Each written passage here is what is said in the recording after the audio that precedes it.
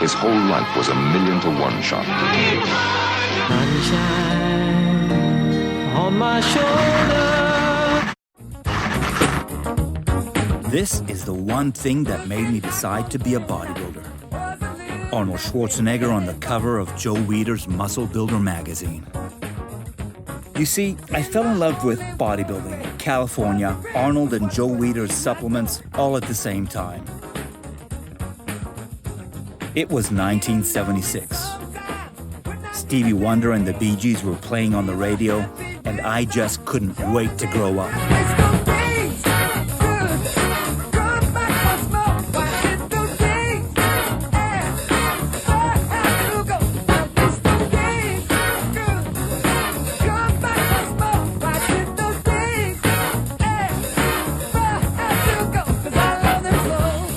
I was 12 years old, and my family had just moved back to Italy after 9 years in Australia.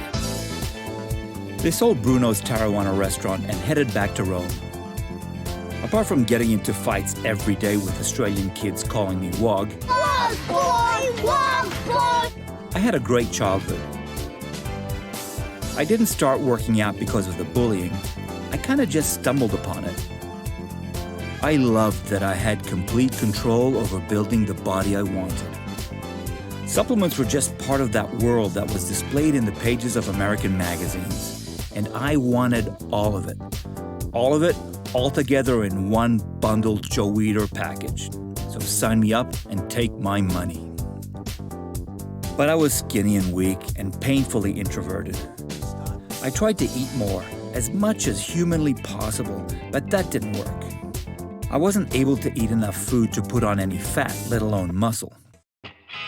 Then I saw this ad in Joe Weider's magazine. I thought this was the answer. This was the key. This would help me get there faster and solve all my problems. And in a way, it kind of did. I became a boy obsessed. I worked out before going to school, as soon as I got home from school, and before going to bed every night. I would wake up in the middle of the night to drink olive oil just to get those extra calories in me. But I felt that my secret weapon was the Crash weight gain drink. What was it about drinking that shake that I loved so much? Was it because I felt I had an extra edge that only a few kids in Italy knew about? Or did I feel like it was giving me a shortcut? How could powdered milk, sugar, and flavoring give me such a noticeable drive? Was it all psychological? Did the Master Blaster hypnotize me into telling myself I would turn into a Mr. Olympia if I bought that product? Maybe it was all of the above. So pay careful attention to what the bodybuilders tell you. Listen carefully to what the champions tell you, because without that knowledge, you'll never look your best. In the 1970s, sports supplements were barely emerging, and today it's a $40 billion a year industry and growing. But how did we get from this to this?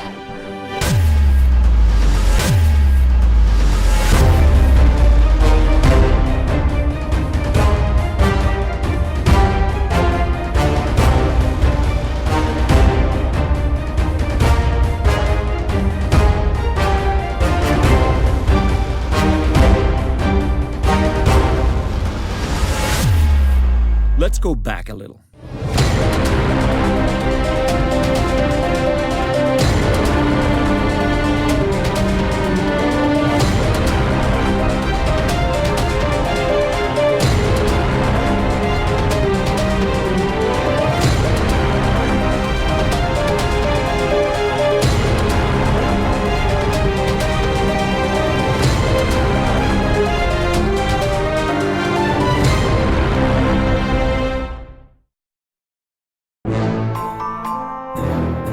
For a very long time, humankind has been looking for that magic potion that promises power, health, and longevity. Hippocrates was the first to notice that the whey that's separated from goat's milk gave athletes extra vitality and strength. Even Roman gladiators that relied heavily on meat, fish, and fruit supplemented their diet with exotic tonics, like raw bull testicles, as they were thought of as the ultimate performance enhancers. This was 2,400 years before the discovery of testosterone. And it wasn't until the 1800s that we see any real advances in using natural compounds as ergogenic aids. There were no commercial supplements as we know them at this time. The concept of fitness through exercise wasn't widespread, and the sport of bodybuilding didn't even exist until a German strongman living in London came along. His name was Friedrich Wilhelm Müller, who took the name Eugene Sandow, commonly referred to as the father of modern bodybuilding. He promoted the very first physique contest in 1901 in London and was already famous for marketing his resistance training courses, periodical magazines, and weightlifting apparatus. After endorsing the protein food Plasmon, he promoted his very own new supplement, Sandow's Cocoa Powder. It promised energy and strength, and Sandow was the perfect physical specimen to endorse it. This seems to be the very first modern marketing of a natural product, focusing on a receptive target audience that wanted to gain a physique like he had. Sandow put cocoa in a box and sold it. Around the same time in England, a popular beef concentrate called Bovril was touted as having amazing bodybuilding effects. Since day one, bodybuilding and supplements were intertwined. They were born together as twins and have never been separated, not even for a moment. Everybody's working out on the sand, from the latest dance craze to a wild man. But we would have to wait decades to see the emergence of the modern protein supplement, thanks to a young pioneer named Rio Blair. Flex your muscles for kicks now. Gotta hustle the kick, yeah. Take your vitamin. The oldest supplement brand to make an impact with athletes, especially elite athletes, and that actually garners the legend status, was Rio Blair. Little boys always get the attention until the muscle man's got the dynamic tension. The boys are here, the girls are here, and the muscle men are here. Bikini chicks are the bait, and romance the reward. He would actually give it out for free to a lot of bodybuilders, including Arnold Schwarzenegger. You know, all the guys back then were using Blair's protein. Arnold one day says, come on, I'm going to introduce you to Rio Blair. You'll like this guy. And he can use you in his magazine or for his ads, and you'll get free stuff. Rio says, oh my God, Rick, if you want to advertise my products, endorse them, I'll give you free supplements. Just like Arnold said. Blair's protein was probably the best protein on the market at the time. Larry Scott, Don Haworth, and all the guys down at Vince's gym were taking it. Rio was very much a pioneer, and he was also in the right place at the right time as far as protein was concerned. It was the only protein that was instantized, and it was because Ovaltine, protein supplement for the medical business prescription called AptaPro, and Rio realized that it was way ahead of everything else. He got an exclusive on it for a private label. And at that point, I believe Ovaltine was the only one in the United States that had instantizing powers. That was one of the big things, and no soy. His theory was, with his protein, you mix with cream. You make a pudding out of it, and you have the fats to burn energy and the protein to build muscle. Therefore, you eliminate your carbohydrates. That was his whole theory. And by looking at the guys' bodies back then, it worked. From the point of view of modern proteins, it wasn't very good. It was 62% protein and 25% carbohydrate. Unfortunately, that carbohydrate was lactose, milk sugar. So if you took a fairly decent quantity of Blair's protein and you were lactose intolerant, you'd have a lot of gastrointestinal problems, particularly flatulence. There was a famous bodybuilder, the first Mr. Olympia, Larry Scott. In his book, he wrote a book later on, he talked about how he takes several cups a day of Blair's protein. He had a roommate, and his roommate almost moved out on him because of his constant flatulence from drinking Blair's protein. In the 1960s, 3 former athletes turned entrepreneurs were successfully selling barbells and dumbbells. Bob Hoffman in Pennsylvania, Dan Lurie in New York, and Joe Weider in California. All three came to the realization that once you sold a barbell set to a young man, it would last a lifetime. But if you sold them supplements, well, they would have to buy them every month for as long as they kept working out. So the muscular trio made sure everyone was working out as much as possible. And they created supplement lines, sold, of course, through the pages of their magazines.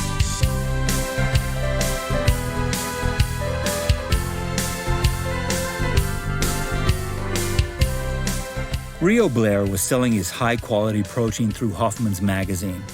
But after finding out how much money Blair was making, Hoffman blocked all of his ads and came out with his own line. It wasn't quite the same, though. He came out with a protein called Protein from the Sea. And this is rough stuff, let me tell you. To this day, nobody really knows what was in that stuff. I kind of believe it was kind of desiccated fish scales and beach sand, because that's what the consistency was. It was terrible. I remember I used to play a joke on people. I would say, I'd have friends come over and I'd take the can of protein from the sea. I said, hey, you want to have some really good protein? And they'd say, sure. I said, let me mix this protein drink for you. And I'd put in the protein from the sea, and I'd actually put in some flavoring. Never failed. Every time somebody drank that, within minutes, they ran to the bathroom and vomited. But I know the protein from the sea was dehydrated fish powder, and you mix it with water, and it was just the most disgusting thing you'd ever want to have in your life. It went in, and it came out within 5 minutes. Dan Lurie was selling his products using Sergio Oliva, and Joe Weider, by the late 1960s, had a vast array of supplements heavily advertised by most of the champions competing in his new contest, the Mr. Olympia.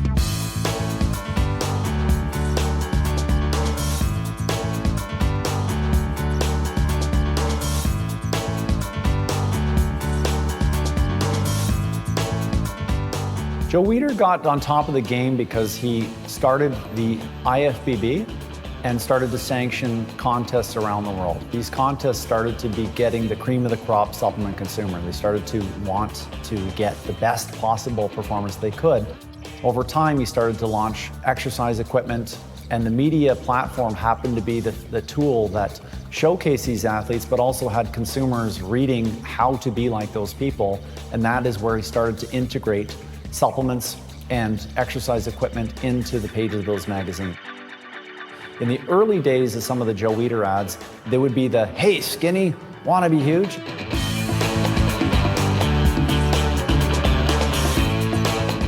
That still existed back in the early 70s with some of the old Joe Weider magazines that I have seen, but I think it progressed a little bit further because they knew that these people wanted to have some science that was in their supplements. They wanted to see that the champs were using this, and Joe Weider used to sign the top 10 Olympia winners every single time. Having the top 10 always under contract, and what was interesting, it was a contract at the time which was an editorial and supplement and clothing and everything contract. So at that time, you had a bit of a monopoly, and he had manufacturing plants, he had distribution channels. There was a real dominance that happened at that time. Joe Weider was 100% tuned into the pop culture of the era, and not only did he rise to the top of the heap, he reinvented the game from scratch. Joe made bodybuilding and supplements sexy. Everything was wild, everything was fun, and everything had sex appeal, from the editorials to the ads to the labels. At the time, Joe was using great champions like Larry Scott, Dave Draper, and Frank Zane to sell his supplements. But in 1968, he found his main ambassador to the movement, Arnold Schwarzenegger.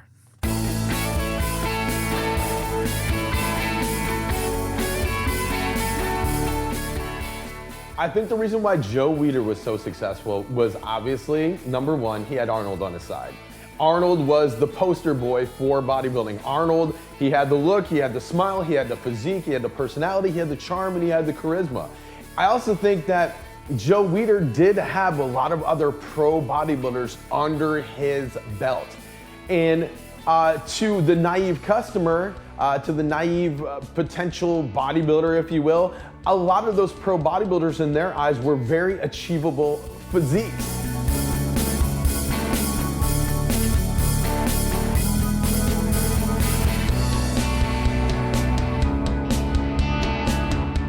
I believe that it was more marketing than science that got people to buy the products. It was the just the grandeur thought that I could look like Arnold Schwarzenegger. Great, there's science mumbo jumbo. I don't know what that means. I really don't care what that means. It sounds great to me, but regardless, I want to look like Arnold Schwarzenegger, so that's why I'm going to take these products. I think what was smart about Joe Weider and the way he marketed his products was he got the very best. He got Arnold Schwarzenegger. And for me, differently than everybody else. Everybody else says Arnold had the greatest body in the world, ever. It was who he was as a person and a character and the dream he was living. I wanted that. And if buying the weight gainer drink gave me a bit of what Arnold was and what Weider has created, then I'm purchasing that. And that's what it got me. I'd say for my body, you know, obviously it's calories, so it helped me put on some size. But what it did is something so much better. It mentally made me believe in a dream and made me believe in something bigger than myself. It made me have a piece of Arnold and Frank Zane that was representing the product, and it made me think I could be like that. I can remember the ad, actually. It was Arnold standing there just next to the weight gainer drink, but it was everything Arnold has done up to that point. So seeing Arnold next to the product, it sold me because I was already a fan of Arnold and what he was doing, and then Weider putting him next to it, that's an easy sale. I was a teenager, I was like, I want that. I think what Joe Weider did is he found a niche. He found that bodybuilding was the way of the future. People wanted to get built, and especially men and even women were getting more fit, and they had icons like Arnold Schwarzenegger, Lou Ferrigno. So TV was shifting and changing to more muscular men, and so I think Weider capitalized on that. He had all the bodybuilders, launched a supplement line that was targeted to bodybuilders, and it became a mass line.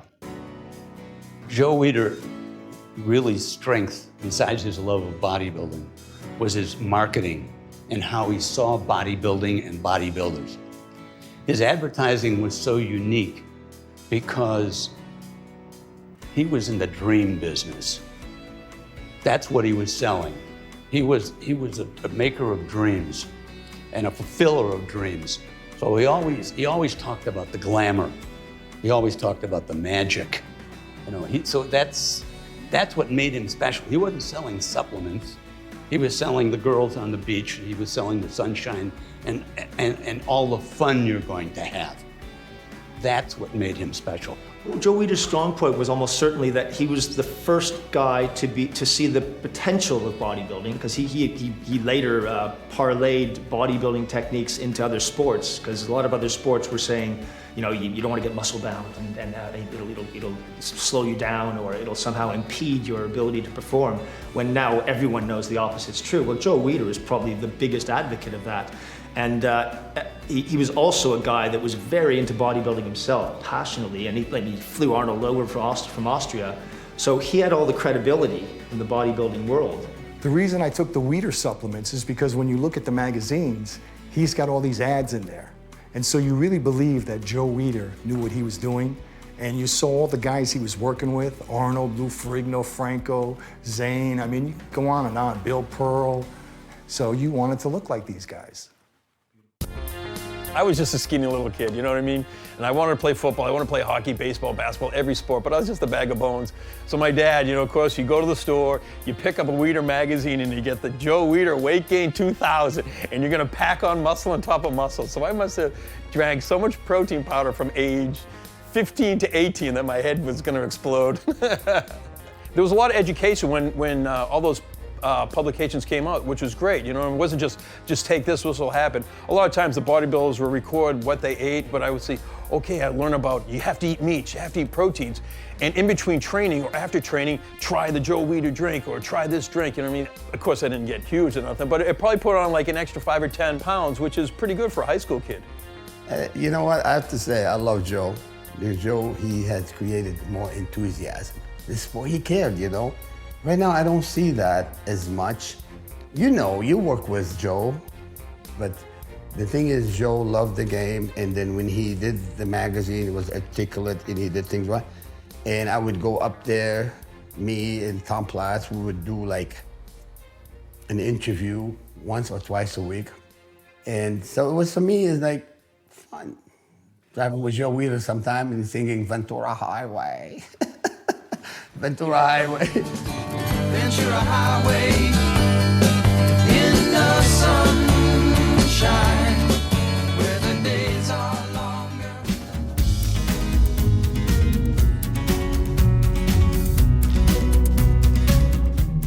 Well, in my opinion, Joe Weider was a marketing genius. And it came about with me is that he would come down to the gym on Sundays and take all of us to the Jamaica Bay Inn for lunch. And Joe, he was, how can I say, he was deceiving. He would come into the gym and he'd pick up 2 65-pound dumbbells and start curling them. I couldn't believe it. So I had done his last interview when he was 90 for my show, and I said, Joe, I remember when you picked up these dumbbells. I was a very strong man, Rick. I could lift anything. I said, really? Because those 65s I can hardly do. And so anyway, we began to talk, and he had his supplements, and what he would do, which was really smart, he would put ads in his magazine for like the Master Blaster or for Super Pro 101, and he'd see the results coming in. If it was going to be good, then he would start to manufacture it. He wouldn't stockpile it ahead of time because he'd be sitting on all this product, which to me is a good idea. But if you were to read Joe's ad, get big arms, get big back, get big chest, work out really hard, get up at 2 o'clock in the morning and perform a sneak attack on your muscle and shock them into growing. But it's only possible if you take my Super Pro 101. So after you read the whole article and you get down and say, oh, I've just been suckered into buying something.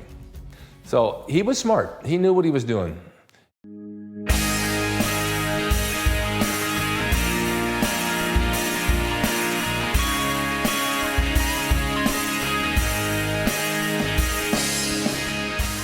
Fitness was taking off. You know, fitness became cool. People wanted to get more healthy. So a lot of the stuff that came at that time, he was helping to grow that and putting multiple layers into that, and there was less competition. I think in order to grow bodybuilding, you need to have physiques that people aspire to be. You need to have champions, and that's no different than any other sport. So because Joe Weider had the best athletes in the world, a lot of consumers that wanted to be like them would read those magazines to read the stars and how in which those people got the results that they got. At the time as well, though, the athletes wanted to be famous. They wanted to have opportunities. They wanted to move to California and, you know, live the lifestyle. So he provided an outlet for that kind of opportunity for them. And the consumer started to buy the products that they saw in the magazines, and they started to want to be a lot like the stars that they saw.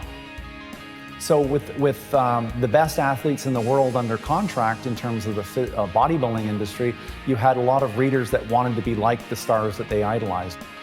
Joe Weider was amazing at marketing each particular bodybuilder. Each of the bodybuilders didn't have a great personality to see, this is what I stood for. He and the magazines controlled what was written and how they expressed themselves and how they were family people or how they loved dogs or, you know, wherever it is. And that kind of created personalities within inside the bodybuilding world. For me, Joe Weider's Dynamic Muscle Builder, Life Essence, and Metabolic Pack is #1. Really looking back, it was the inmates running the asylum. You know, the bodybuilder that was better than you was the authority that you looked to. You know, the article in the magazine was the authority. You know, we didn't have anyone else to go to. I used to dream about supplements when I used to open the magazines of Joe Weider and see the anabolic pack and Arnold, you know, drinking all this protein and just flexing his biceps. I was like, wow, I want to look like that guy. I want to look like Bob Paris. I want to look like Lee Haney, Rich Gaspari. They were the people that are really, that inspired me to do what I did, you know. But when I had the chance to really have supplements for the first time, when I moved to England to actually become a professional bodybuilder, and I bought that anabolic pack of Joe Weider anabolic pack. It's like, wow. I was just looking at it. I worked a week. Seriously, I was like, I used to wash dishes in this restaurant. I just looked at the supplements. I was like, I have it right now. In some sense, people would say the promotions or the endorsements back then were cheesy. To me, it wasn't. I loved it. I loved it. I never put the comprehension together that he's just selling hype. I honestly believe, and still do to this day, I love that period of time. Because it showed hope. It showed me that I could achieve something, and it was more than the supplements, it was more than the training. It was becoming part of something, a family. And so I actually loved the old school, and it could be that I was just so naive, but I loved the side effect of it. The side effect is that you can believe it and try to have a piece of something and belong to something. Joe Weider, as the father of bodybuilding, was also a father of nutrition supplementation. He's the one that had all these nutrition supplements, and I signed with him back in 1991.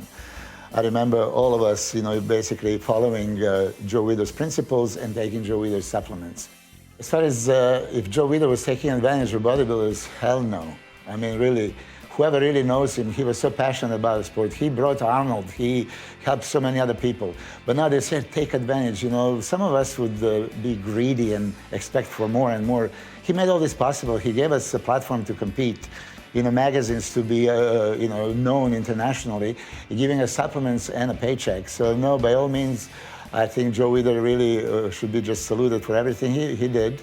I remember back in the day, he had a big competition from like Twinlab, Universal, there was coming up, but Weider was always Weider. But he always saw the connection between bodybuilding and sex. Always. From the beginning. If it's with Arnold on the beach with the protein and the girls, I can remember seeing Muscle Builder, and the back ad was a bunch of bodybuilders and beautiful women. This was drawn. This was an illustration on a float, in a lake, and they're all standing there, and the girl is saying, "The guy on the float that gets my vote is the Weider-trained man." Now, I'm pulling that out of 50 years ago, so you know what kind of an impression it made on me as a 17-year-old that I can still remember it word for word. That's Joe Weider. For me, the 80s were totally awesome. They were so good, they were bad. Who's bad? I remember begging my dad to send me back to Sydney to see Arnold win his 7th Mr. Olympia.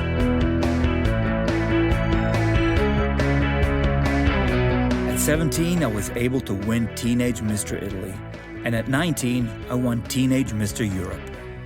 My dream of being in those magazines I loved so much finally became a reality, and soon I was offered my first supplement contract. But these formulas were just horrible, and when I asked the brand to improve their products, they just canceled my contract. But I had my eyes set on California, and when I arrived, Weider was still the king of the industry. But I saw other companies coming up fast.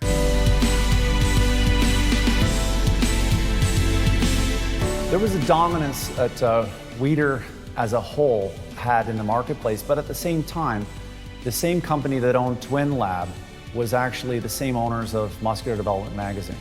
And that was in the opposite side of the country. That was in New York, New Jersey, that area. They were another major Goliath in the industry and really at the forefront of ephedrine, the launch of ephedrine caffeine. Joe Weider knew how to captivate an audience. And I think the products that came in after that had to play a very special role on how they were going to sell their products. They couldn't sell it like the Weiders were. So I think Universal came at it with, well, let's have a multi-pack. I don't think there was one at the time. And Twinlabs was a little more glamorous. Not as glamorous as what we see today on Instagram, but it was like the first product line that sold in a way where it was really cool to be built. It was really cool to take a product. And they were the next Weiders. And I believe that Twinlabs and Universal went head-to-head for a few years on their products. After the Weider era, Weider era continued. A company called Twinlab did arise. And there was another small one in California called Beverly International. So I remember, I don't know, about that time, Beverly was doing some protein powders and things, so they were starting to evolve that protein business. I believe they continued to sell like the liver tabs, things that were popular prior to that era. Twinlab really was, I would say, the innovators. They brought the non-sexy items. They brought the vitamins, the minerals, and they started to educate athletes about the importance of basic nutrition. They didn't do a lot of fancy things. It was all basic, just, basic type things. Protein was egg white, milk and egg, nothing fancy, didn't taste that great, but just lots of different types of vitamins. They then started to incorporate amino acids, and they started to train us about the importance of aminos. So I'd say Twinlab was probably the big next innovator into the whole sports nutrition. Do you want to be a tennis player when you get big? Yes. You know how old you are? How old? How old? 6. When you're ready to become the person you were born to be, Twinlab will show you how. With innovative sports nutrition, vitamin, and herbal formulas. Listen, you just keep hitting them good, and good luck to you, okay? Okay. And I remember this one ad with Jim Quinn, and it looked like he was coming out of a spaceship, and how the lights were coming up from behind him, and he looked like this alien coming out. He was veiny and just, for us, gross, right? It was awesome. These guys were like, oh yeah, I want to look like that. Where the Weeders were approaching their line with, you can be a Mr. Somebody, you can be a Mr. Universe, Mr. World, Mr. Olympia, you take our products. And Twinlabs was more like, here's our product, that's it. Cut and dry. It was like, what is that? I got to know more about that. So I think that the era that I grew up in, I was getting the tail end of the Weeders, and I was getting the introduction of Universal and Twinlabs.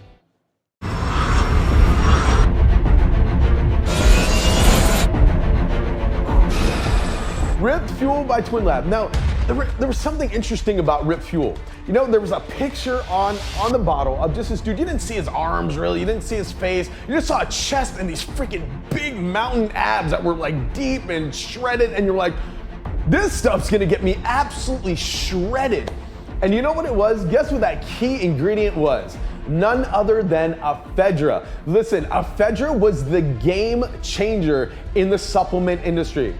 It gave you energy, it gave you focus, and it got you absolutely shredded to the bone. So as far as ephedrine, originally, I remember the first ones were dimetadrin, which is just ephedrine alone, and then you had Rip Fuel and Diet Fuel from Twinlab, and they were really big sellers at the time. They sold tons. They had these really nice looking glass bottles too, so they looked like a very high-end product. And they were doing a lot of good advertising. They had Muscular Development, the magazine behind them, which was one of the really sciencey but also entertaining bodybuilding magazines. So they were doing a lot of really interesting stuff then. That product sold great. I am a one-woman army. I chew up weights. I eat up the road. I feed my dream with Twinlab Diet Fuel. So they were one of the first companies to actually use TV as a medium. They said no one could win 8 straight Olympias. And I said, watch me. I train harder, ate smarter, and used Twinlab supplements. You saw Lee Haney on there. I trained harder, I ate smarter, and used Twinlab supplements. You saw that. But they were also marketing to athletes. They also had tons of products that were for the mainstream. Potassium, minerals, Rip Fuel, other things that were really not meant specifically for bodybuilders. Weider, on the other hand, really did target and market the bodybuilding lifestyle. He had the protein drink on the beach with a babe next to you and big muscles and, I want to be like Arnold and I want to be like this and that. So that was kind of the main difference, and it worked for both of them at that time. Twinlab focused more on the benefits of the product, as I recall, and not on the actual athlete. And they started to weave in the appearance and elements of science and jargon. They made it sound cutting edge, revolutionary, and different, and I want that. That's cool. The companies were realizing that bodybuilders weren't just blue collar. There were many, many aspects behind the bodybuilder in the sense of what their job, the profession they were. They were doctors, they were lawyers, they were construction workers. The notion that bodybuilders were dumb was going out the window. And so they wanted to be a little more smart about how they approached taking their supplements. Look, this is me before Cybergenics, this is me after.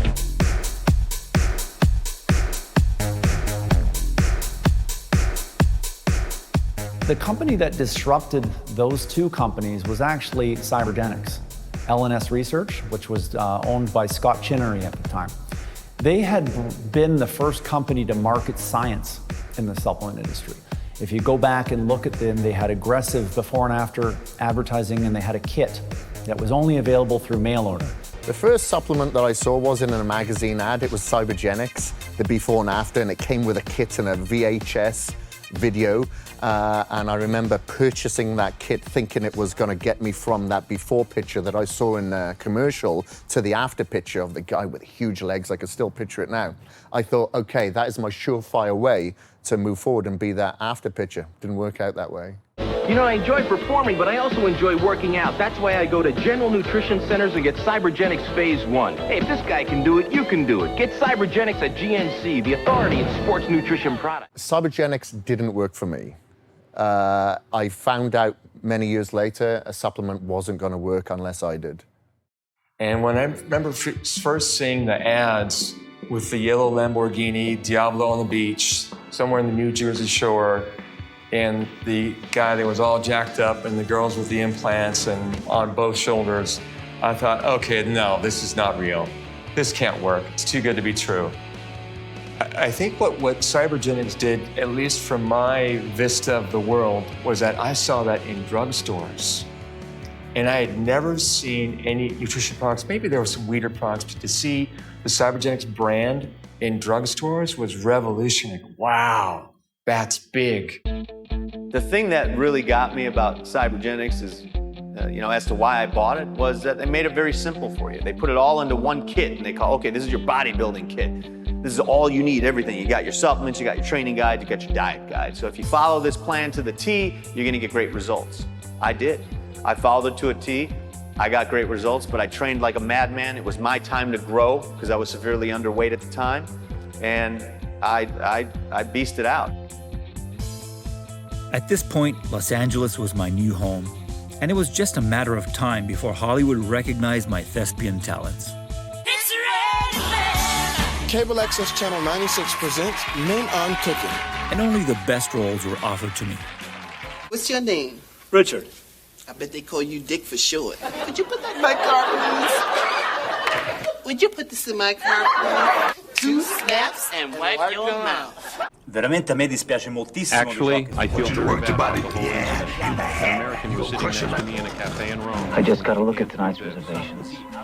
This assignment might be shorter than we think. Fly buzzing around, but I did not see one. And so, of course, even a knuckle sandwich isn't a sandwich without the tangy zip of Miracle Whip. But it doesn't have any breasts, just nuggets. Hey, is Kelly home? I'm ready. I'm ready.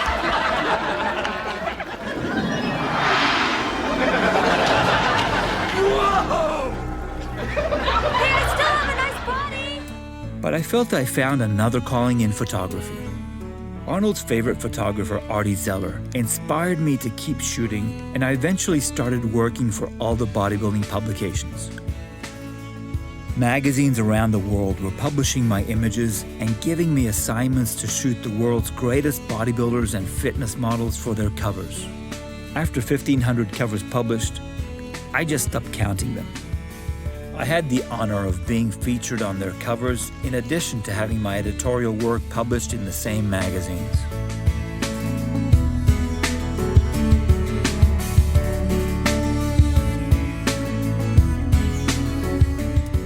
Advertising proved to be a lot more creative, and of course I gravitated towards supplement companies.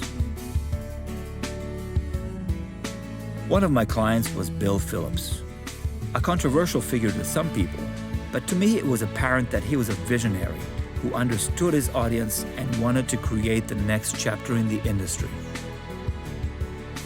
He was what Joe Weider would have been if he were a young man in 1994. So Bill Phillips created a newsletter that had developed a great following.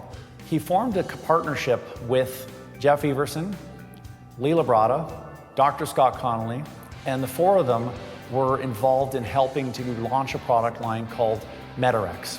This was a really good combination because Jeff had a publishing background being the editor-in-chief of Muscle & Fitness, and you had Lee Labrada, who was on the top of his game as a competitive bodybuilder, and you had Phillips, who was an amazing marketer and had a loyal audience with his magazine, and Scott Connolly was one of the smartest protein experts that had ever come in the industry. Even since then, I don't know anyone who's come in with more knowledge than what he has come to the table with. And the product was actually very good. The original product was phenomenal. So they used this vehicle that they had to market this, and it was all direct to consumer, which was phenomenal because the margins were healthier. Well, Met-Rx was, I think, a game changer. It just changed the whole industry. And behind that was Bill Phillips. So he then developed the book on, I believe it was the supplement guide, on every supplement in the industry. He didn't leave anything out. Not only did he have his own, but he had everybody else's. So he didn't leave anyone out, he included them. I was told that, Met-Rx was so complete as far as nutrition goes that you can live on it. And I tried that. I wanted to lose some body fat, so I said, okay, I'm gonna live on this stuff and see what happens. So I lived on it for 3 months. I had no food, just Met-Rx. And I wound up losing 40 pounds. I got about 6 inches off my waist, and I lost surprisingly little muscle, very little muscle. I believed in Met-Rx so much that I would probably punch somebody in the face if they tried to take it away from me. Not one product today can compare to what Met-Rx was back in 1992 to 1994. It was not available anywhere in the world like Met-Rx. Whatever was in those products, in the base and the plus, it made physiques look even more incredible. My body fat was 2% at 260 pounds. Met-Rx with HMB, it does what it says.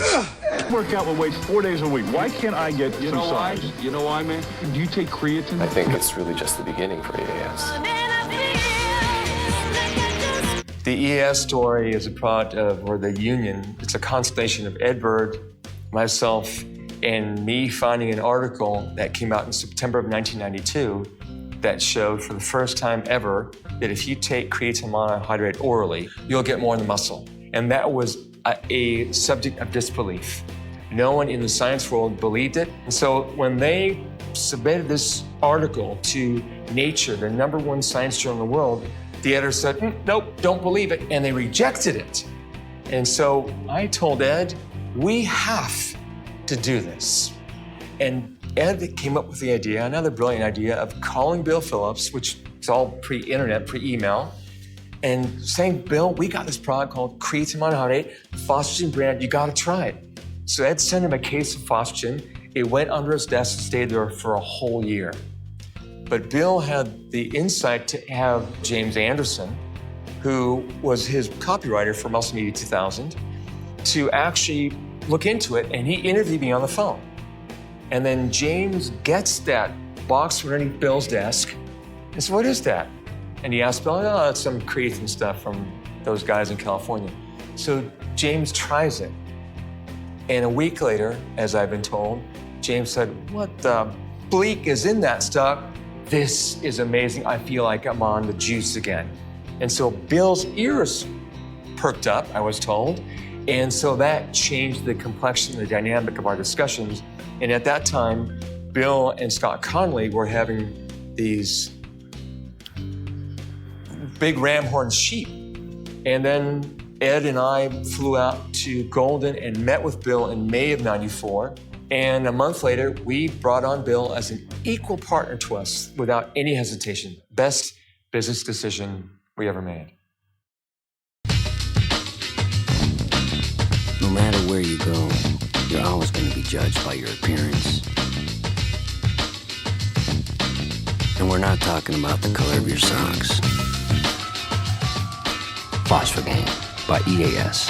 What is the most important supplement in the last 2 decades, probably? I would say it's creatine.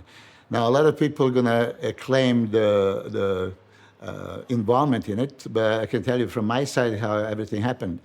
I was collaborating with Mr. Bill Phillips at the time, and I was the first guy that sent him injectable version of creatine, Neoton from Italy.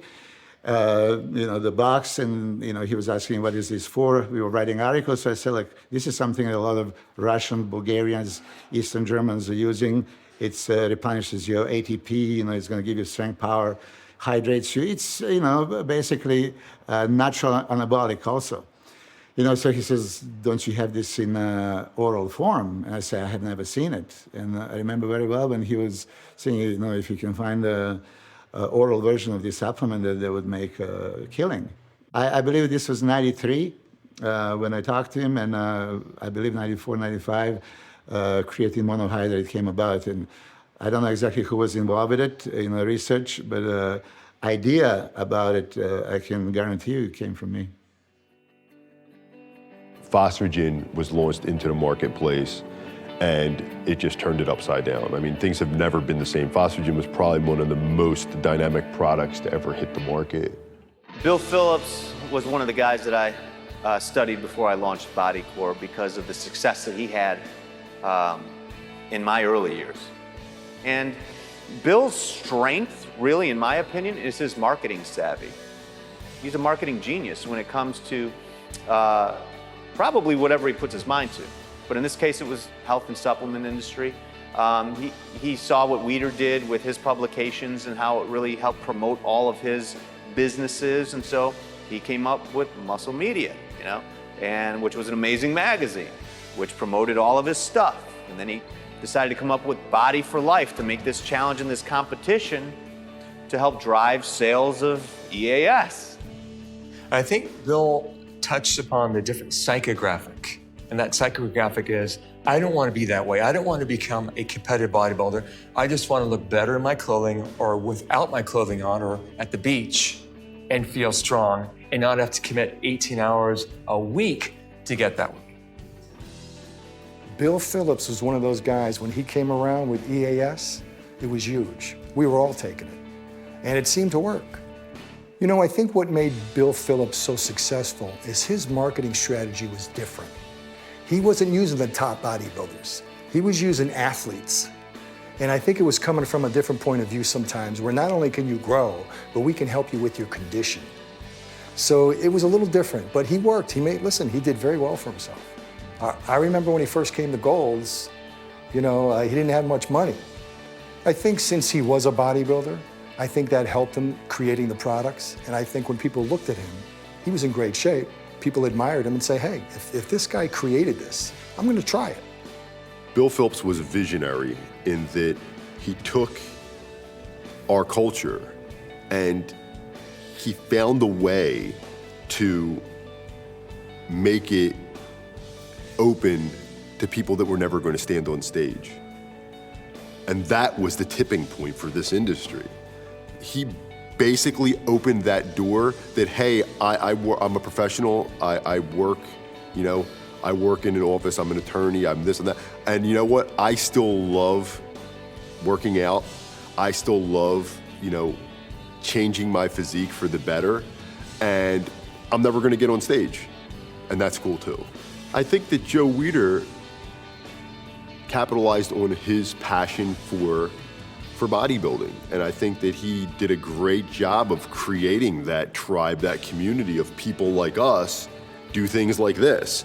And, you use Weider products and you aspire to be Sergio Oliva, or you aspire to be, you aspire to be Arnold Schwarzenegger. But what Bill said was, you don't need to want to be that guy. You could be Danny Hester, right? And you could be, not that Danny Hester's not phenomenal, but you could be like someone more attainable. He made it attainable for the average person. And I remember being there and working with EAS at the time, and I remember a lot of heat that came about when that transition with the magazine happened. And you had some of the hardcore devotees just not be cool, not be aligned with opening it up and opening that members only club to the non-members. He did a lot of people an enormous favor by having the guts to do it, and he really, I think, is the most responsible for the expansion of our industry. By the time Bill got together with Anthony Almada, and this is the next combination between a science guy, Anthony Almada, and Bill Phillips' famous marketing that was now even more polished, and now Bill Phillips had Muscle Media 2000. which had the most innovative stories about supplements and about nutrition, and they were trying out they were the first guys to talk about high-intensity interval training 25 years ago. I mean, these guys were hitting stuff that has come back once or twice or three times since. And they hit this stuff first. They were the first guys. They had guys like Dan Duchaine, and they talked about supplement strategies that might mimic the effects of drugs. So these guys were, for people that really wanted, the best results out of their time in the gym, these guys were feeding them all the information, exactly what they wanted. So they became on a pedestal, and they became the guys that were properly informing the industry. And you get the right science guy and the right marketing guy together, sky's the limit back then.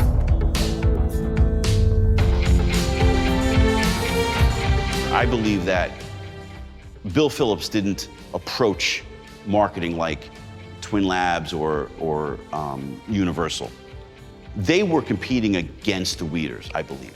When EAS evolved from Met-Rx, I don't think that Bill Phillips looked at it as, I want to compete against them, I want to destroy them. He was very competitive, and he came up with a whole different marketing scheme than anyone else. And that was giving a product for free. I will give you something for free. And in return, they purchased something from him. And so when Phosphagen came out, everybody used it. I used it, my brother-in-law who didn't even compete used it, and people said it had a tangible feeling. When you have a tangible feeling from a supplement, I don't care if it doesn't do anything, you're gonna keep taking it. So that product would give people pumps like crazy. I wish it was still out in the market. I would take it today. It was one of the best products ever. You took it, you trained, you got a pump, end of story, and you got a result from it. And I will never forget the day I met Bill Phillips. So I go up to the penthouse suite and I walk in and Bill Phillips and Cal Yee are sitting in there on a couch. And Bill Phillips, just no real introduction. He's a very focused, very driven man. He said, take your shirt off. So I said, okay, I take my shirt off and Cal Yee says, go stand in the sun right there. So I'm like, all right. So I take my shirt off and I go stand in the sun and they're like whispering back and forth to each other. And he says, go ahead and take your pants off. I need to see your symmetry. And I'm like, okay, what did I get myself into here, you know? Because I heard all these stories about what could happen in the industry. But I trusted them, I knew it was nothing weird. Boom, I dropped my pants, they're having me spin in circles and they're really looking at me to the point where they said, let us see your teeth. And I was like, so they were looking at me as a commodity, as something that they could put on display, and that's really what they were going for. They were looking for a team of guys that could go out and represent this brand at trade shows and events, and that's what we did. So I was, to my knowledge, one of the first guys to get signed with a supplement deal with EAS, and it blew up from there. He really realized that marketing was critical. So what he would actually do was he would fly in some of the top marketers in the world. So we were at EAS offices, he'd have Dan Kennedy in there, Joe Polish, Ted Nicholas, Anthony Robbins, and he would have all these people come in and teach them about marketing. You never heard this before. From a supplement company, bringing in these mainstream people who were just marketing at geniuses, really, and authors and bestsellers. They would bring them in and give us, the EAS employees and Bill, information about marketing. But what he had that was a magic bullet was a magazine called Muscle Media. And initially it was Muscle Media 2000. And what that did back then for him was it was a mouthpiece. See, back in the day, without internet and without phones, we actually used this thing called magazines. And that was used to sell supplements. If you didn't have magazines, you could not sell supplements. TV, yes, but magazines were everything. Everybody that trained, their goal was to make it in a magazine, right? I remember me working at EAS when I first got there and I was competing in bodybuilding. My whole goal in my mind was, I gotta get in that magazine. I gotta be in Muscle Media, man. And the first time they put me in the magazine, I told everybody, Mama, we made it. And I would carry that magazine in my car and I would carry it everywhere. I'd show the guys at the gym, I'd be like, guys, look at that, are you in Muscle Media? I mean, you see that spread. So it was a proud moment for me, but that's what he did. He actually used the magazine to sell his products. And what he realized was the more you tell, the more you sell. He put integrity in his products. He was concerned about the consumer, and he and he had research and development to get the next best product. So when he had integrity of his products, if you had an EAS muscle shake and you compared it to anything else, I mean, his grade of protein was AAA plus, you know what I mean? Because everything that he marketed, he took himself. Everything he sold, he took himself. So he wouldn't give out junk because he wanted to be a living testament to his products. And that's why he got a whole bunch of just fit guys and fit girls, and we kind of like the catalyst to get things going. The research and development was excellent. He probably had the best scientists working for him. He put on studies throughout the world, not just in America. I mean, he had studies in London, over in Spain, over in, I think, Asia. I mean, he really researched product. And the other thing, component was Bill. He was just, to me, he was just a genius in this field because he always looked for the next best product. And he was the first guy to actually market creatine, which was out there for years. And he saw the benefits. He was like, to me, it was like, I don't know, it's like, why wouldn't anyone else do it? You know what I mean? He recognized the benefits and he'd market it, and it was a great. And creatine was a supplement, you got an instant response, so it worked great. You know, again, everything he put his name on was an amazing product, and it guaranteed results. And his first introduction into the supplement industry was actually not his company. It was a company called Cow Farm, and that's how I got introduced to the whole EAS movement, which is a whole nother topic on creatine. But he started to help promote this Cow Farm creatine that I was manufacturing for them. And over a course of a year and a half, I think Bill saw how lucrative it was and how much money was being generated, that he now had a great following with that magazine. He developed, I don't want to say a cult, but people just really admired what he wrote about. Again, he was a genius, well-educated, and he talked the language. And now we see direct marketing to consumers, where prior, you know, Weider really went more through the store chains. He would, every month, send us a big box of supplements and anything we wanted. That guy was on top of it like that. Anytime you flew anywhere, you were flying in style, you got picked up in limousines, you were treated the absolute best. Bill Phillips knew how to take care of his people, man, and I'm forever grateful for that experience in my life. And, you know, he really understood his market. He understood that he needed to get into the household of the everyday people. He wanted to reach out to people that wanted to get in shape. Most people want to drop weight and get toned. They don't want to get huge like bodybuilders. And he understood that very well, and everything that he did was to set up his business to actually tap into that market. Since 1993, new designer protein. David Jenkins was a pioneer in the industry because he brought a product out called Designer Whey. That was a instantized whey protein, low carb, low fat, very easy to digest, very expensive at the time. Jenkins was a former silver medalist in the Olympics, I believe 2-time, and I believe he was a food scientist. So he had the academics as well as he had the practical understanding of what athletes were looking for. We were the first guys to instantize whey protein. Very slow to begin, but I advertised it in Bill Phillips's Muscle Media 2000, and the phone starts ringing. Bill was so busy marketing, which was the best thing you could do. And we'd done Ultimate Orange at that time. We branded it, started selling it, and then used a local agency to package it differently than anybody. I mean, we were in plastic. People like Champion and others and Weider were all in cans. So there was a differentiation. I bought a local agency and they branded it really differently, colors and this and that.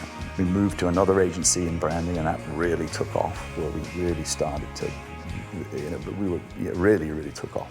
Over time, he launched a pre-workout powder called Ultimate Orange. And this was the first pre-workout powder that I'm aware of in the industry. Although there was things you could take like Enercarb that Joe Weider created years ago as a ready to drink. This was the first traditional caffeine, ephedrine-based pre-workout that kind of led the market. Well, the great part about Ultimate Orange was I was there when it was really being formulated. I met Duchesne, we worked a little bit together when I was back with the EAS, and we saw the formulation of Ultimate Orange. When I first took it, I really thought it was rocket fuel. I thought my heart was gonna explode. I mean, I had the greatest workout of my life But my God, the energy was off the charts, off the meter. These are the days of caffeine, right? These are days of just coffee. At not even Starbucks, at Dunkin' Donuts. We had coffee at Taco Bell or one of these places we get coffee at, right? And there was not even any Starbucks or anything like that. So taking Ultimate Orange was literally, you felt like you were taking like diesel, like rocket fuel. It was one of the strongest pre-workouts before there were pre-workouts made. And I think what was unique about it, it was taste like Tang. And that was the kind of sell about it. It tastes like Tang, it launches your workouts, and it really helped people get further along in their workout program. Ultimate Orange, in my opinion, was really the big pre-workout to hit the market. It tasted like crap. It was weird. It was like kind of a mix of crushed up orange Flintstone vitamins and just kind of like a nasty generic orange Tang powder mix, But we didn't taste stuff like that. And the promise was, listen, you're gonna take this Ultimate Orange and you're gonna be on fire in the gym. You're gonna be focused and you're gonna have all this energy. And it blew up. And this stuff was like crack to us. Ultimate Orange started almost similar to Metrix. It was developed by a guy named Mike Zimpano, who later on started his own company called Champion Nutrition. His flagship product for Champion was called Metabolol, which coincidentally was supposed to be the original name for Metrix. Him and Connolly knew each other. Zimpano was actually living in an apartment above Gold's Gym in Venice, and he gave it out to the people at Gold's Gym for free to try it out. And sure enough, he said it was like a pre-workout. It would really get them through their workout, and it did. It became very popular. And so later on, I don't think that Zimpano ever marketed Ultimate Orange, but what happened was that Dan Duchesne, he got involved with a company called Next Nutrition. Now, Next Nutrition, they also came on the scene around the same time as EAS in the early 90s. But anyway, Next Nutrition came out with a commercialized version of Ultimate Orange. Dan Duchesne brought it over to Next Nutrition. Unfortunately, the original formula contained ephedrine. Ephedrine was derived from an herb called ma huang. Ephedrine got into some trouble later on in the late 90s, early 2000s, because it was supposedly linked to heart attacks and strokes, which I never believed. I investigated. I believe it was almost all bogus, because unless you had pre-existing cardiovascular problems, ephedrine was safe. I used ephedrine for many years myself, never had a single problem. But Ultimate Orange basically lasted until the ephedrine was pulled off the market by the Food and Drug Administration, and then Ultimate Orange just kind of disappeared after that.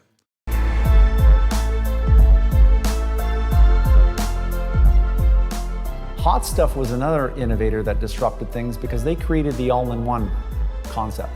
So with all these different ingredients that the consumers wanted to be in, they wanted to be on boron, they wanted to be on Mumi, they wanted to be on Smilax, Siberian ginseng, they wanted to be on all these things. What this clever marketer did was they just put it all into one and said, why use 50 different products when you could just take one and get great results?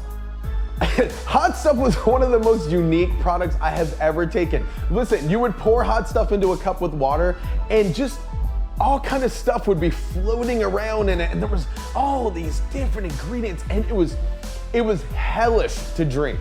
Everyone was taking Ultimate Orange and they were taking Hot Stuff. Hot Stuff, we call it everything and the sink with the kitchen. We thought there can't be this many ingredients in there in these amounts. The math doesn't work. I never tried Hot Stuff. It was too hot for me to handle.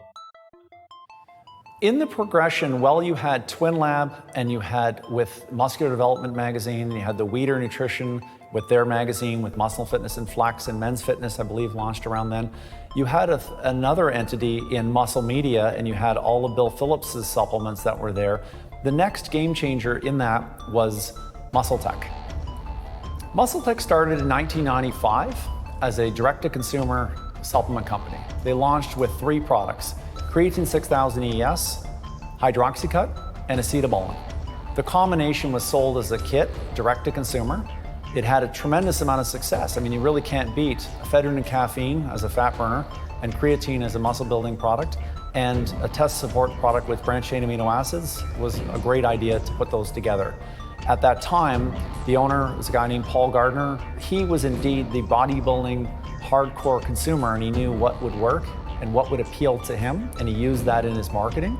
And he was selling efficacious products. He was on the cutting edge studying what Twinlab was doing, what Sport Pharma was doing, which was a player at the time, what Weider was doing, and what obviously EAS was doing, Met-Rx was doing. So he played within those areas, and he was not arrogant enough to think that he couldn't have something to learn from these companies. He had no problem learning from these companies and just doing his own thing, but he also had no problem in marketing the products. MuscleTech, with their alignment with MuscleMag, was really able to go that next level with turning advertisements into articles, into editorial pieces, to the point where it was difficult at times to tell whether you were reading an article and learning about something that you really wanted, or if it was actually a sales piece. So I think what they really did was tap into the, to that old Ogilvy, that direct marketing, and I'm not sure who it was that was responsible for that, but it was a bit of genius. They also had Greg Kovacs at the time, who was considered to be marketed anyways as the next Mr. Olympia winner, and you're talking about an athlete who at one point was 420 pounds. Nobody had seen people that big before. So at trade shows, people would be in awe at that time of the person, and although he never won a pro show and he never became Mr. Olympia, obviously, he was one of the most popular athletes in the history of the sport because people just wanted to see the freak show. The publisher of MuscleMag, Bob Kennedy, had a major effect on Paul Gardner because he taught him a lot of the things that were working with the readership and were not working with the readership, and he was a good mentor to him. But Paul Gardner is not just a average person. A lot of people in the industry who never really got to know the person chance it up to luck and things. This guy was a genius with what he did. Photographic memory of detail on what he did, a math expert. He surrounded himself with a great team, had developed some great products, and was not afraid to spend on research. This is one of the things that a lot of companies get wrong. They think that MuscleTech didn't have any research, but to this day, I know of no other company who has more research funded than MuscleTech. They have funded countless university studies. They have done bursaries for scholarships for students. They do a lot of these things that they actually haven't even marketed. You'll see now that they own part of the school of University of Toronto, and they have a human performance arm of the whole school. So if you can name any other company in the industry that actually has that, I'd be surprised. You know, there's rumors that Robert Kennedy was the owner of MuscleTech. Honestly, I don't know. He always denied it. But then again, Jeff Everson denied being one of the owners of Met-Rx, and he was one of the original owners.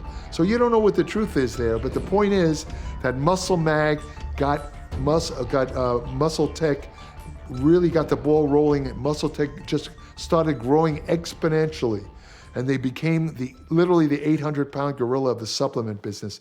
At one point, they were, I think just one of their products, I remember one of their products alone, I don't remember which one it was making $60 million a year, just one product they were selling. Hydroxycut, that's it, yeah, Hydroxycut. That fat burner was making $60 million a year, one product, and they had a whole line of products. Founded in 2001, BSN made a huge impact by sponsoring the reigning Mr. Olympia, Ronnie Coleman. This is my gym. This is how I train. So Scott James and Chris Ferguson started this amazing company, BSN. Not only did they get Ronnie Coleman, but they also got Monica Brandt at the peak. So they had two really top-tier athletes. In fact, Ronnie Coleman's contract was the biggest in bodybuilding history at that time. It was more than $500,000. So at that time, those two athletes together were a powerhouse. And it was shocking that Ronnie came over from Met-Rx, but BSN did it, and that's why that actually kind of grew in numbers and volume as well. Back in the day, taking EndoExplode for the first time, it was a unique, very different experience. They were doing really cool things, and this pre-workout, it got you fired up in a different kind of way. This was not a fat burner pump you up. This was pumping agents. This was energy ingredients. This was something to take your workouts to different levels. And in my opinion, they really set the stage for the pre-workout. This is how I train.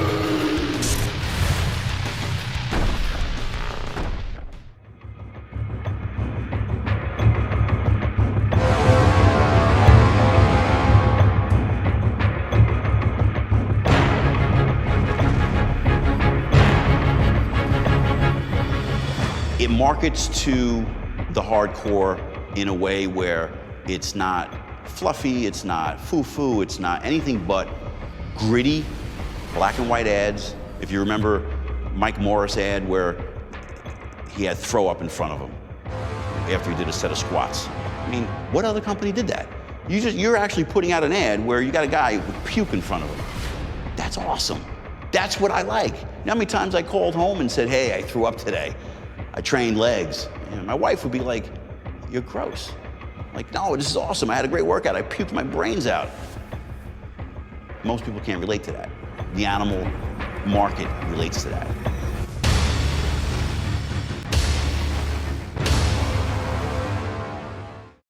And the next giant of the industry was building itself up. Optimum Nutrition was a brand that was created by the distributor Costello, which was the Costello family, is the family based in Chicago, just outside of Chicago. And they were the ones who brought the 5-pound protein to market. They also had their own manufacturing capabilities, so they were able to make it themselves, sell it to stores themselves of their own brand, which allowed them to have what's called vertical integration. Over time, the company Glanbia actually acquired them, and they did this because they knew the kind of sales they were doing because they were selling protein powder to them. Glanbia is one of the largest companies in the industry. They own fields in Ireland that have the cows, that have the processing factories that dry the whey, the milk and convert it into whey, convert it into cheese. But if you had your own brand that had amazing distribution, you're going completely vertical integration from the dairy fields to the consumer's cupboard. So this was a huge, huge play in the market. Over time, Glanbia would acquire more companies. They also acquired BSN.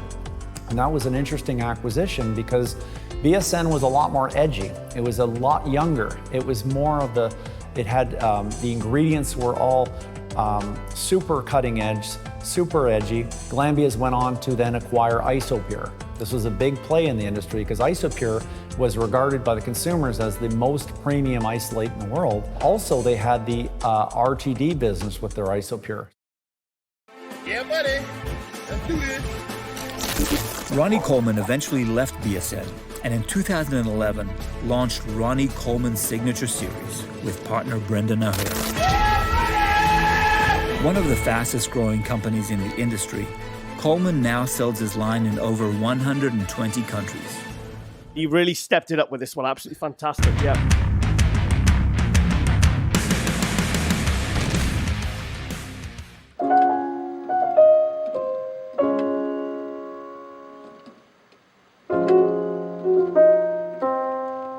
In 2012, the emerging Canadian brand Mutant was looking for a new athlete to sponsor, and I suggested my longtime friend, Rich Piana.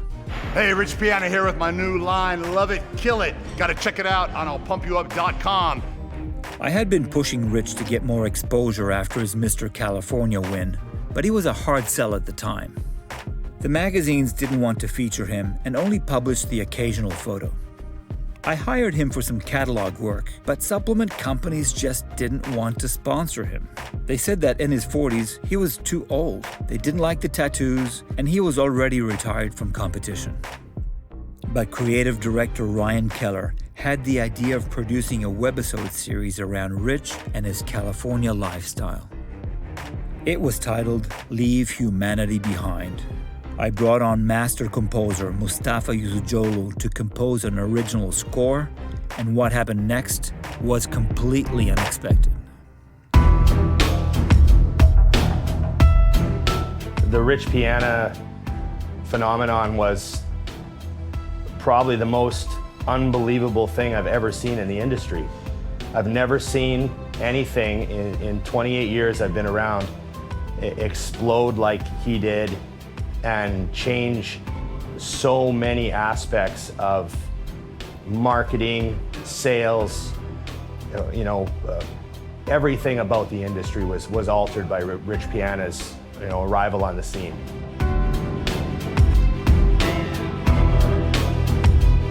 I don't think anybody realized how many people there were left that weren't targeted by what the big companies were doing. And Rich somehow tapped into, I don't think Rich even realized. I think Rich sort of fluked out in a way. He thought, I'm just gonna be as real as I can be, and there's a crowd out there. And the crowd turned out to be huge. There's all these people that felt kind of ignored by the industry a little bit because they were never gonna be the state champ or the IFBB pro or whatever. And they were never gonna get used in an ad, and they were never gonna be that guy. And Rich somehow managed to attract the attention of this massive number of people that love the gym and love the lifestyle and love the subculture of being different. And the sort of deviant social rejection type of thing, right? And that was Rich. He was everything that society hated. He was the absolute pinnacle of, what is rejected by the cultural norm. When I started doing well in bodybuilding, I thought my phone was going to be ringing off the hook. People were going to call me and say, Rich Piana, we need you. We want you. Blah blah blah. And the next day, my phone didn't ring. I think a lot of the people that were attracted to Rich, there was obviously the obvious crowd with the Dickie shorts and the Love It Kill It tank tops and the tattoos, and they kind of came from, maybe a rougher place. We all saw them in the lineup at the Expo, and they made up a pretty grand portion of his fan base. But that's not where it stopped. It went all the way to I've had lawyers in ties go, hey, Rich Piana. I've had cops say, hey, Rich Piana. You've worked out with Rich Piana. I've had people come up to me in restaurants that don't look like they've ever seen a gym. And they're like, hey, Rich, you're friends with Rich. And that was crazy how far the reach was on that. It was something the industry has never, I don't think the industry ever dreamed that they could reach those people with anything they did. No supplement company has ever reached, a suburban housewife with a ad with a guy doing a Most Muscular, but somehow Rich got to those people. In a matter of months, Rich Piana became the most popular bodybuilder online, and later went on to launch his own supplement line using his 5% clothing brand. Here to motivate, keep you pushing to the next level, whatever it takes. Got to keep killing it. 5%ers.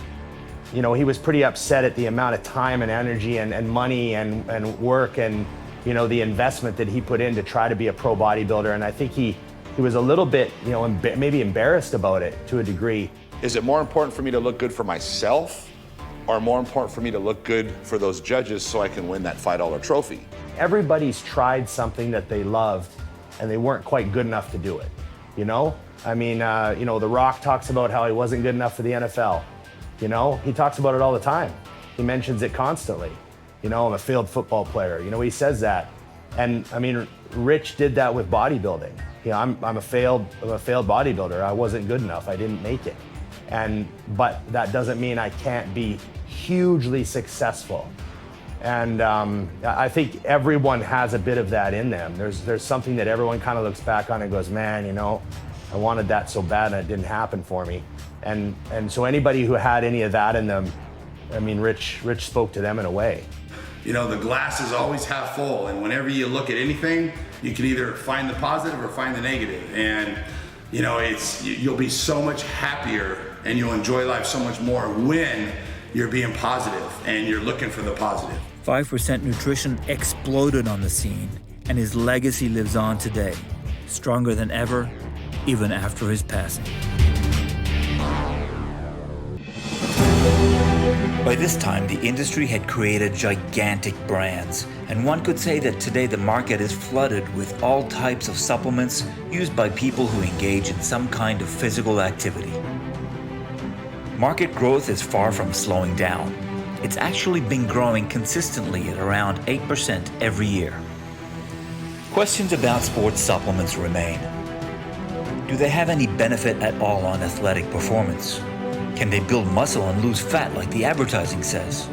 If they don't, why do we continue to buy them at an increasing pace?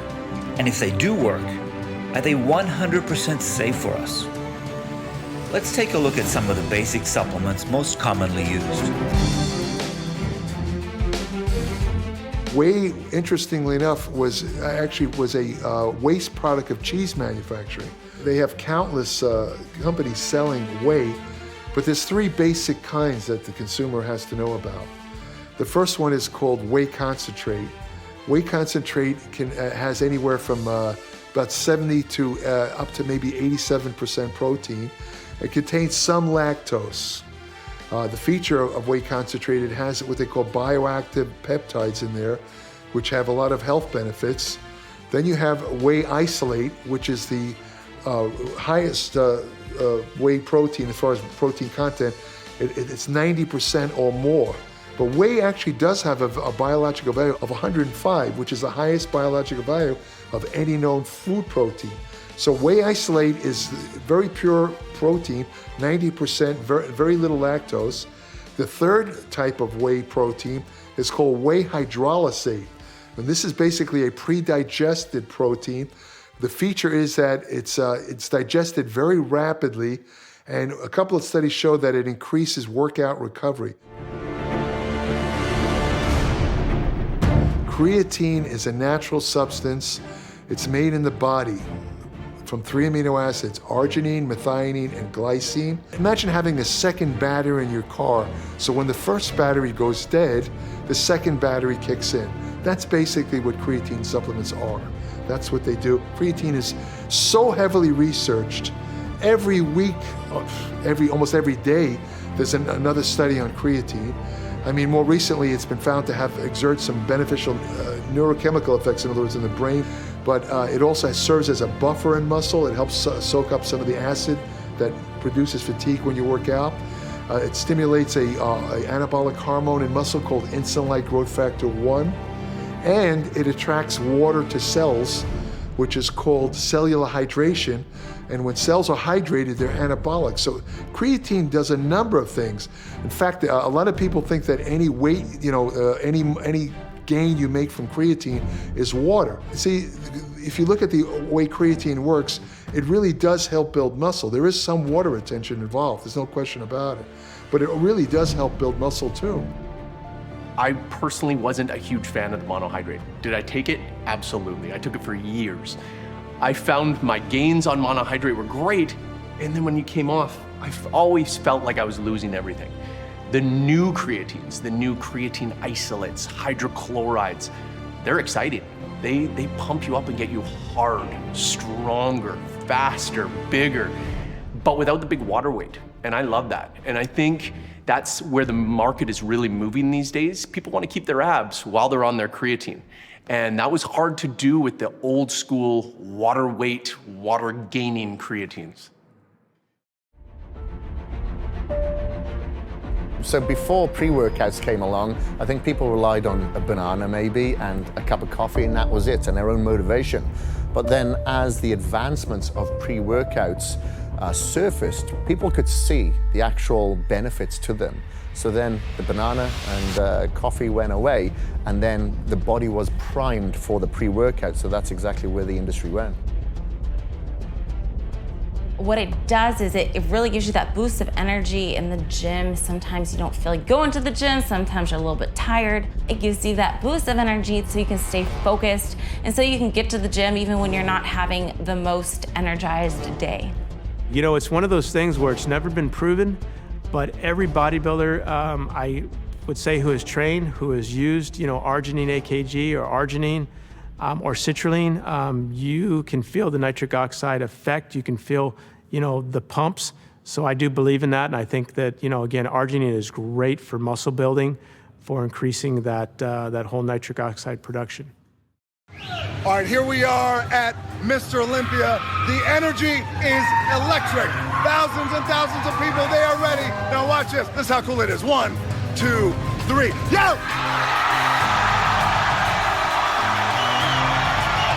is my honor. I love you guys.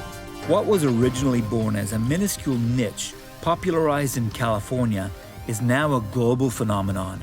With over $40 billion in sales a year, the sports supplement industry has reached every corner of the world. But despite increasing popularity and general public acceptance, sports supplements have many detractors that want to control the industry and have you obtain a prescription before you're free to buy any dietary supplement. This actually is not a new trend. Breathe! Hey, guys, it's only vitamins. That can actually happen. What you've just seen were public service announcements made by some of us in the entertainment industry to bring our concerns about the FDA's proposed rules for enforcing the nutritional labeling. If they pass legislation basically making any type of food supplement a prescription item, that would be the end, the death of the entire food supplement industry. Over, done, gone. Even though it's making billions now, it would be just a fond memory. This is what will happen with food supplements. If they're, let's say that they are all prescription items, you know, you go to your doc, I want to take this weight gain, I want to take this pre-workout. Doctor's, no way. That stuff, we don't know what's in that. It could be, no way. I'm not going to give you, it's going to kill the industry, bottom line. When the new GMPs went into place back in '93, the dietary supplement industry became the #2 most regulated industry. Nuclear, dietary supplements, pharmaceutical. We are more regulated than drugs. Now, what the mass media gets confused is they want to compare us with drugs and say, well, you don't have to do the clinical trials that drugs have to do, therefore you're unregulated. And that's unfair, because the difference between a drug and a supplement is one thing. A drug can make a claim. A dietary supplement is not allowed to have a side effect. I always say the pharmaceutical has to have a minimum of 100 side effects in order for it to be a drug. So DSHEA, Dietary Supplement Health Education Act, was a law that was written into place to kind of separate a food from a drug and an OTC, and it made a middle ground area, and that's dietary supplements. And a dietary supplement goes through all the same checks and balances, regulations. It is regulated. You'll never hear an FDA person say that our industry is not regulated. It's under the same guidelines as the FDA's guidelines for good manufacturing for foods and drugs. It's our playbook, so to speak. We must be registered as a manufacturer with the FDA. If you're not, it's against the law. First off, it's a surprise visit, and they come in and you need to allow the FDA. They have jurisdiction. They want to see if you have procedures in place to ensure GMPs are being met. They'll look at your testing processes. They'll look at your manufacturing process. They'll look at your training logs. Are your employees trained under GMP guidelines? They look at your complaint logs. Are consumers complaining about your product? And what are you doing about the complaints? If the complaint is an issue, then us as a regulated industry, we must get to the root of the complaint. Why? Because if you get to the root of the complaint, then you know how to solve it and you eliminate that risk from your facility. So the FDA does a very, very good job of ensuring that the manufacturers are controlling the safety of the manufactured goods. The reality of the supplement industry is that the regulations and the enforcement is kind of a gray area to a certain extent. And you know, there are regulations in place, and a lot of people kind of like say that, oh, the FDA is not involved and there's not these regulations, but there really are. The enforcement is kind of the questionable side of it, and how do they really get a handle on this monster? And so what we're big fans of here at PricePlow, what we believe in, is that it's not necessarily the government's job to have to do that, but outlets like ourselves can do our homework. We can look at the data, we can understand the research, and we can inform the consumers and educate them to if something is pixie dusted or amino spiked or doesn't give you enough active ingredients. And I think that's what the PricePlow Nation is what we call them, but like our community is becoming educated. If I post a video and it's something that only has 2 grams of citrulline malate in it, they're gonna say, that's underdose, I'm not buying it. And it's amazing, you know? And I think that's gonna be the future, is like, I think that outlets like ourselves are going to hold supplement companies accountable internally and not necessarily through government organizations. We are more regulated than a food. but yet foods get a pass. Like you put a nutrition facts panel on a label, and then you're a food, right? You don't have to validate that it's safe. You don't have to do the stability testing to say that your food's in there at the right amounts. There's an assumption of safety. You go get a protein pasta or go get a meal replacement. Protein pasta is a food, nutrition facts. You go get a meal replacement and it's dietary supplement. Under DSHEA, one's not under DSHEA. But go look at your ingredient list and you're gonna see protein blends, it's the same stuff. You see fortification in one, you see vitamin mineral premix, fortification in another. What makes them different? Nothing. One is one you bake and one you add with water and shake up. Why should that be radically different? They demonize dietary supplements, but they say all you need is real food. Well, what's a real food?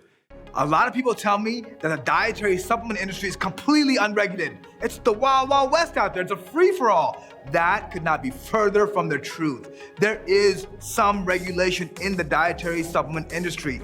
There are some guidelines by the FDA. In fact, the FDA actually has something called the ODS, which is the Office of Dietary Supplements. This is a division that actually looks at supplements and investigates supplements regularly. And they do checks of supplement manufacturers and do quality control checks to give them the CGMP and other things as well. And in fact, if a product is shown to be harmful, they'll take it off the market immediately, as they did with ephedrine and ephedra and mahuang. I think raw ingredients are the single most important thing. And they're one of the most overlooked things. I think science is, kind of catching up and people are becoming more aware of what doses they should take and what's beneficial and whatnot. But the actual raw ingredients, I think that'll be the next real trend that we're gonna see in the industry on where things are coming from. Not all citrulline is created equal. Not all ashwagandha is created equal. Some of the medical journals today, the doctors who never even studied nutrition, they're certainly not experts. I get a personal peeve when I see vitamin bottles that say, consult your physician. Consult your physician? You might as well consult the next guy you meet on the street. They don't know a damn thing about vitamins and nutrition. They don't study it as part of their medical curriculum. They know how to recognize nutritional deficiencies, but ask them the benefits of certain supplements or why would I need it, they're gonna look at you as blank as anybody. They don't know anything. So the thing is, you have to get these nutrients or you're gonna get messed up, and you supplement what you're not getting in your diet. And so supplements are these medical journals, what I was gonna say, these medical journals today, they're coming out, all supplements are completely needless, they're useless. To me, that borders on medical malpractice. To tell people who aren't getting these nutrients in food not to take supplements so that they don't get nutritional deficiencies, that to me borders on medical malpractice. I think people are looking for shortcuts, and I think they're looking for a way to avoid doing the research. It's a quicker answer, it's a faster fix, trying to fix this issue that they're having with not getting the results that they're dreaming of getting. The reason why consumers buy supplements is they want to get there faster. That could mean that they get their health faster. They could get, the doctor says that their cholesterol is high. They want to use a supplement that's going to get their cholesterol down faster than diet or exercise alone. Sometimes consumers don't want to diet or they don't want to exercise. I never forgot this obese lady one time said, the reason I use diet pills is I don't want to diet. And it makes sense. People that want to build more muscle, they want to build it faster. They don't want to wait. So they may be doing diet, they may be doing training, but the next level on top of that is going to be taking a supplement. If you're down in certain minerals and vitamins and amino acids, it's very hard to get the full amount in food. So you have to have condensed amounts through sports supplements. Some people use it as a means, as an excuse for their complacency, thinking that they can have protein shake after protein shake to fill the voids of meals. Unfortunately, that's not the way to go either. There has to be a balance in order for people to sustain their health and improve their performance and recovery. Why people take supplements? To have an edge. This is as simple as that. Diet can take you just so far, and nutrition supplements are addition to something that can complete and enhance your nutrition.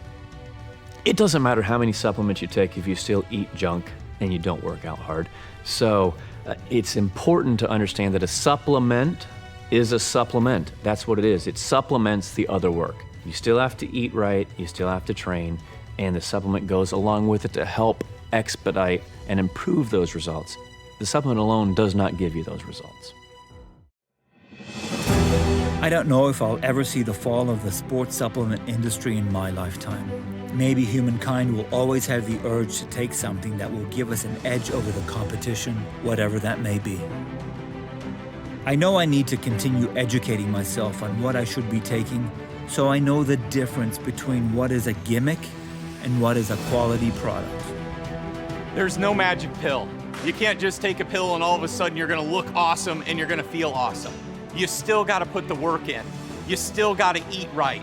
Supplement is just that, a supplement to what you should already be doing. Now you have that extra edge, that extra recovery, that extra strength, that extra focus, that extra energy. That's what supplements can do. Supplements are just that. They supplement your work, your graft, your nutrition, your sleep, your rest, your recovery. Then it is the icing on your cake.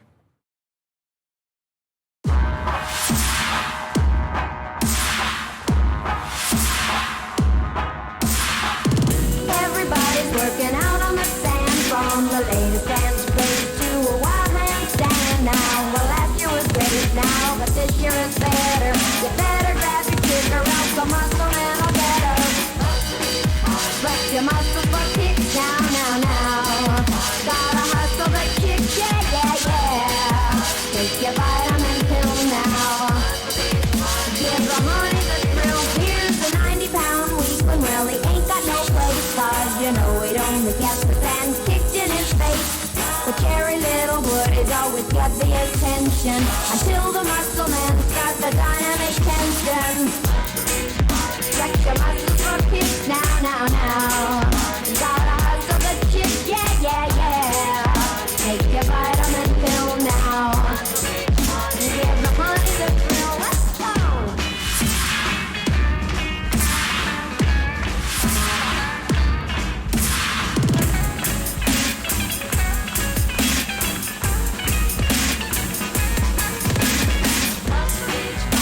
Your muscles for kicks now, now, now. You gotta hustle the chick, yeah, yeah, yeah. Take your vitamin pill now.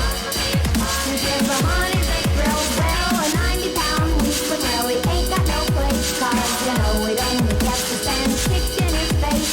Well, Cherry Littlewood is always get the attention until the muscle man's got the dynamic tension.